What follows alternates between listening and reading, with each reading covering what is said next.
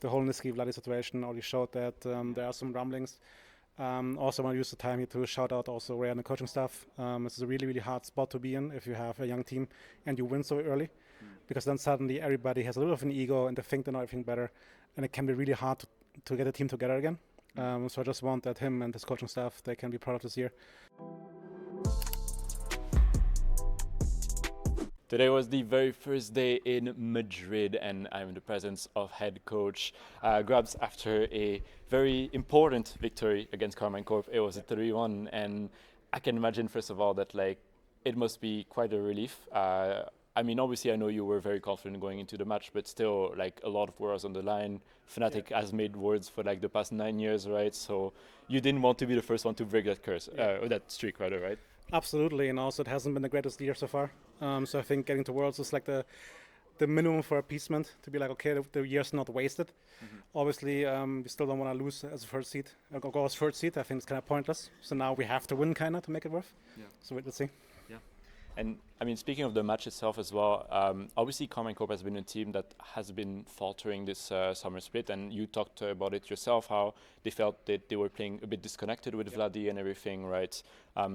What were your expectations going into this match, and did you expect that it would be this one-sided? Because aside from game 3 that was a bit thrown away and maybe the draft was not perfect or anything, right? It felt like you were the better team the entire match. I was very confident. I think KC has shown the last weeks in practice as well that are kind of crumbling a bit. Obviously, going into such a game, they all have fantastic players, all 5 of them, right? So they can always turn it on the day. But I felt today with a better team. Obviously, you never know what's going on behind the scenes. I think the whole Niski Vladi situation already showed that there are some rumblings. Also want to use the time here to shout out also Ray and the coaching staff. It's a really, really hard spot to be in if you have a young team and you win so early, because then suddenly everybody has a little of an ego and they think they know everything better, and it can be really hard to get a team together again. So I just want that him and his coaching staff, they can be proud of this year. They're still young in the LEC, right, as coaching staff, so good job to them this year. Even though right now I understand they're not going to want to hear it and be disappointed, but yeah, just want to say that. Yeah. And it's really, really nice to see the overall growth of Fnatic, because obviously I think Fnatic in the past was a team that was very bot-centric as well. And we talked with Oscar about it, and obviously we saw it reflected today, right? The team did a lot of work to diversify, I feel, and be able to play through other lanes.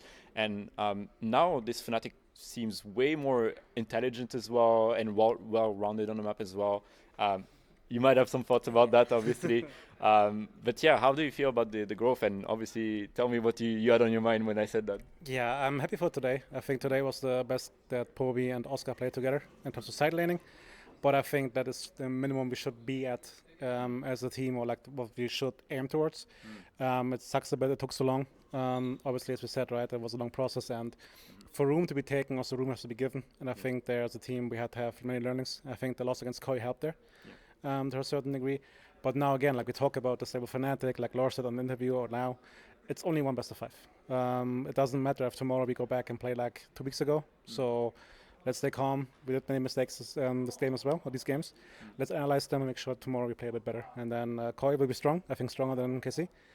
So nothing is given, but we're still confident. Do you feel like momentum from today's match will be helping as well? Is there more confidence after the fact that you just beat KC, right? Yeah, I think it's always a big switch to big tournaments or big stages, so that we are a bit more familiar with it helps a lot, for sure. That being said, also though, the conditions to play, it's a bit hard because it's very, very warm. The backstage rooms are also very warm. I'm extremely sweaty, so it's going to be really important that we get time to rest. That the players get to bed early and have energy for tomorrow. If we get that right, then I think we're going to be an advantage for sure. Yeah, fair enough. Aside from this as well, I mean, I wanted to talk to you obviously about KOI. I mean, we already talked a bit about it. They seem like a team that has been very strong throughout the year as well. They have impressed over and over again, and even though they didn't do too well against J2 in the last match in the upper bracket as well, I wanted to ask you, what do you think is going to be the edge against them, and how especially do you approach them? Because you've, as you said, only have one night, right, to really do preps and everything. Did you already have some analysts maybe doing some scouting on them as well, and do you have an idea overall of how it could go? Yeah, we have still the base scouting from 2 weeks ago. So now it's about just watching the games again and confirming or unconfirming what we saw. KOI is for me really hard to grasp because in scrims, I mean, they know themselves how to practice. We aren't usually winning against them, but on stage they just have different players and different beasts. They're a team that wins a lot through fighting, someone like us. So fight selection is going to be important, and they're also very creative, which is something that we as a team tend to be a bit more rigid. So we just have to be careful not to get surprised, basically. And it's going to be a long series for sure. Huge respect to them, how they work, and it's going to be a fun series, hopefully. And then we see who wins. Do you think there's something that Fnatic currently does in Europe better than other teams as well? Because oftentimes we talk about like teams having their specialties and everything, but right now it feels like the only team that was a bit more passive like got eliminated today, and the 3 teams remaining are teams that like to brawl as well and like be more active on the map as well. Like, is there anything that Fnatic does that other teams maybe are not able to match you as well, I guess? Even though like some teams, after getting beaten by us, say afterwards if we don't play the map, I think we have a way better grasp, not way better, that's unfair, about when to trade away and when we can actually fight. Obviously, like sometimes we don't decide early enough, but today, for example, I think it was much cleaner. That being said, though, it's really hard for me to say because I think all 3 remaining teams, KC as well, like we have huge issues, right? That's why it's so bloody. So we all have stuff that we're good at, but also stuff we're bad at. And that's equal for each team. What we are best at, I think like we're more aggressive when it comes to diving, obviously, especially around bot lane. But also today, like Kana didn't have a fun time, right? So I think that's something that we're looking to do, where Ivan Razok is more willing to give a camp to get a dive in, whereas I think especially Skimont, who was waiting on Sunday, is someone who rather farms the camp than to be there. So I think that's a big difference. I wanted to ask you as well, how do you feel about the team cohesion in Fnatic at this point as well? Because obviously I think like spring and winter felt like kind of a nightmare to some extent. Like we heard a lot of declarations from players about how they weren't like able to play together, like they were struggling to get on the same page and everything. And Oscar told us about like this big discussion that he had obviously in the off season with all of you guys. Obviously there was all that happened in the off season as well. Do you feel like at this point like the teams as well has been able to come together more like outside of the game as well in terms of like human to human, right, as well?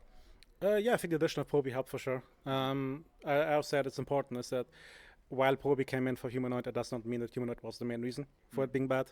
He was one of the reasons, and the change had to be made. Humanoid was the one who showed the least amount of drive to play, so it was him that was the first to get changed. We're for sure a team now that talks a lot more about the game, how we want to play. Where I think beforehand mid jungle had like kind of a barrier between them where they played together for so long that they couldn't actually discuss what to do anymore. Now with Poby, Ivan is a lot more active again. Obviously also again, I'm not going to like pretend that everything is perfect. Against KOI we lost and the mood wasn't as great because of course disappointment was there. I also want to shout out Richard, our sports psychologist who came in. Helps a lot there because he just has a different avenue to talk to players than I have.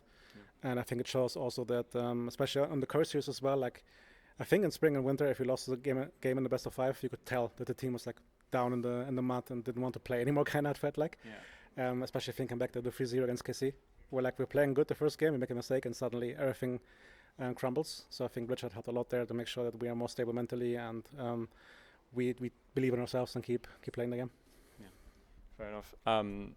Aside from this, I wanted to ask you as well this bit more difficult question, but obviously I know there's been like so many rumors going on around Fnatic, especially last splits during the off season, and I don't know if you saw it, but even a few days ago there was some rumors still on Twitter as well. And I wanted to ask you like, how does all these rumors impact like the team as well, if they impact it at all, and like what do you think about all that in general?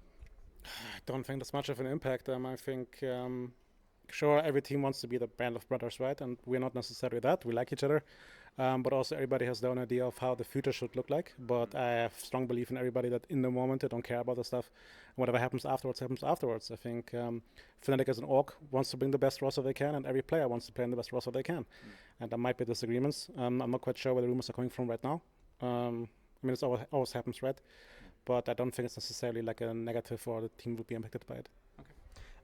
And last thing as well for you, obviously Upset is the only player on the team that's contract is still currently running out after this splits. He said himself in an interview that, well, yeah, but I mean, he himself said in an interview that he would love to keep playing for Fnatic as well. you don't have to leak anything, and obviously you're not the one like making decisions or necessarily for everything. But like, how do you feel about Upset in general, like in Fnatic, and are you happy like with how he's been playing? Would you personally like to continue playing with him as well? Yeah, of course. He has a drive. Obviously, again, every player has stuff that annoys me. I have stuff that annoy the players with. That's just human nature. But I really value players that want to win and they actually have the drive to do so and they put in the work. And I think Upset is the model worker in that regard. Like, he comes every day, high energy, tries his best, and this is something you want in your team. Evidently, of course, like, whatever happens contract-wise, I can't talk about. I don't really care, honestly, as well. Like, let's just focus on this tournament first and then the Worlds. Yeah. And then, as I said before, whatever happens. But I enjoy working with Elias here. Awesome. Well, speaking of that, we do have to end up the interview, but do you have any last words to hype up the fans for tomorrow's match? Because obviously this will be released before the MCOI match. Yeah. Something to hype up. You guys know I'm the biggest negative Nancy ever. I'm focusing right now on the mistakes we made. But if we can fix them, I think we'll be the strongest team remaining in this tournament. And I had a dream where I actually said to my players, we won all 3 games 3-1. And afterwards, some FPs bought us some Riftbound. So I hope that dream comes true. And then we can play some League of Legends card games afterwards.